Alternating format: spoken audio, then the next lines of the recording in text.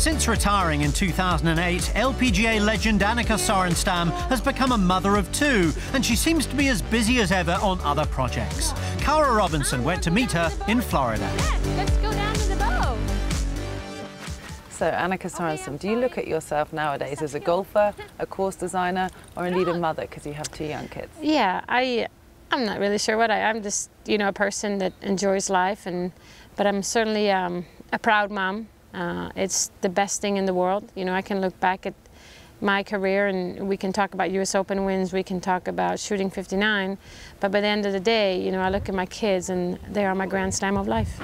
Now, to move on from that, another thing that you're very much involved in is course design, and I want to touch specifically on, you and Jack Nicklaus came together and put in a bid to design the Olympic course in Rio in 2016. Sadly missed out to Gil Hanse, but just tell me how that came about and how you and Jack collaborated in the first place. Jack, came to me and said, do you want to collaborate with me? And, I was certainly honored. I mean, I'm a beginner in this part of the golf industry, but something I really enjoy doing. So, and I care about the Olympics, and we have a lot of things in common as far as how we see the growth of the game and what needs to be done. And together, I thought we had a lot to offer as far as experience, not just design, but also our past careers as far as playing. So we both give back to the game through different junior initiatives, and it felt like that's what they were looking for.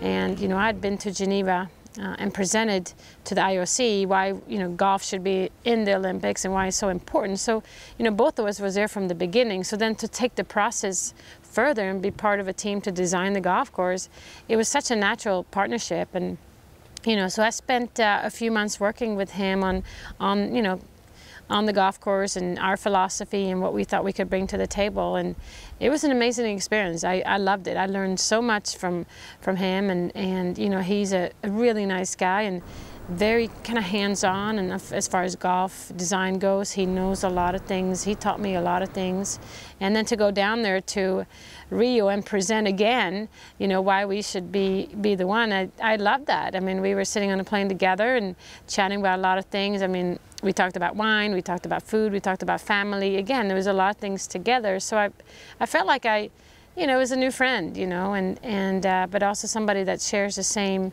kind of missions with the game and so forth. So it was unfortunately that we didn't get a chance to take our plans into, to reality, but I enjoyed working with him.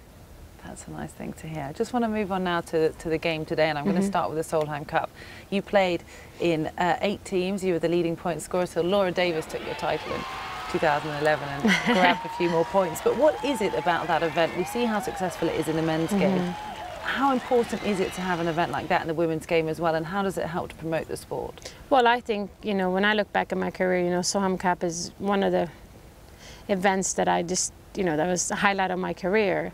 I think because it's so different, it's played every other year, it's match play, and you represent your country or your continent. There's nothing like it, and I mean, I loved it. I really did, and I got to know some players really well, and build these friendships, and the competition is as fierce as any competition. It's very different than all the other tournaments, and I think it's wonderful for the game. I mean, especially young upcoming players to see that the possibilities of playing as a team, and I think it's good for the game, and I wish Europe would have won a few more times. It's been very close. It's just not been able to pull through. So one of these days we will win on US soil.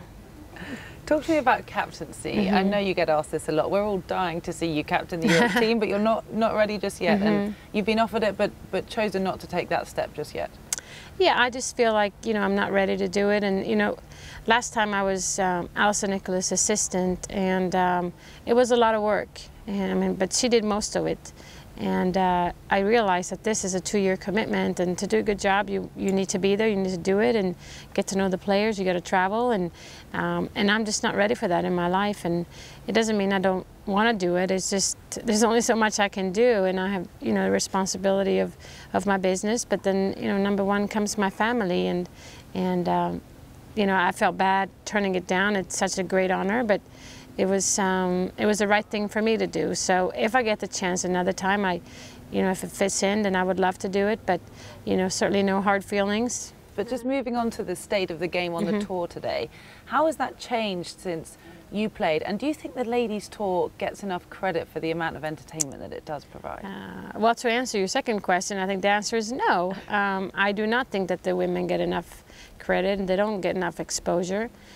They work very hard. They're talented women and they're fantastic people. And you know, the LPGA Tour itself is you know, has bounced back. The last few years have been a little tough, but you know, they're adding 3 more tournaments this year, and you know, to a wider or more global playing field. So in that regard, it's very positive. But they work very hard and they don't get the exposure they deserve. What do you think makes the women's game different to the men's? Well, a lot of things. I mean, I think, you know, the game is certainly not just about power. It's not about hitting it 300 so far and reaching par 5s and 2.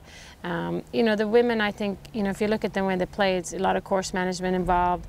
You know, it's a lot of consistency, a wonderful touch around the greens. But these are just terrific young women. You know, they're role models for young girls, and I think that women in business can learn from this.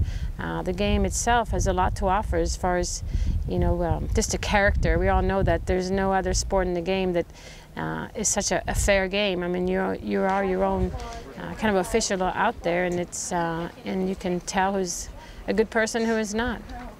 I've had a question from Mary Christine on Twitter, and she wants to know, who is your favourite player currently playing on the LPGA Tour?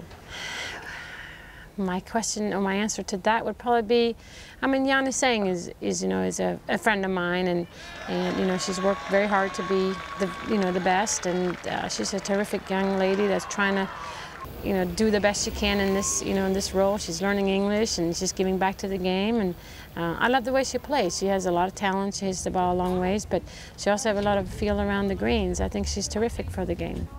Big news in golf we know at the moment is this proposed anchoring ban that's coming in. There's a lot of opinions about it. What's Annika's take? Yeah, you know, it's really interesting. I mean, here's a rule that's been approved for years, and you know, I just think it's funny that now is a time to, you know, start changing it. I think there are other things that are more important. I think we need to address pace of play. I think we need to address accessibility to the game. I think we need to address, you know, the cost of golf and a lot of things. For me, it doesn't bother me if somebody's anchoring a putter. I don't feel like I'm at a disadvantage. On the contrary, it's open for everybody. I think that if we make putts, it speeds up play and people have fun. Okay, so just to finish then, this is a hot topic at the moment, and you've mentioned a few, but I just want to ask you, we ask a few players now, if Annika ruled the golfing world, what are the 3 things, new rulings that you would enforce? Well, I mentioned the pace of play. I don't know what kind of rule, but we need to speed up. I think that if your ball ends up in a divot, that's not yours. I think you should be able to move it. And then the third thing is, I don't know, I would start with those 2. Just 2 for now. Yeah, I never would get the chance, but that would be the first implementations I would have. Perfect. Annika Sorenstam, it's been a pleasure. Thank you very much for talking to us. Thank you.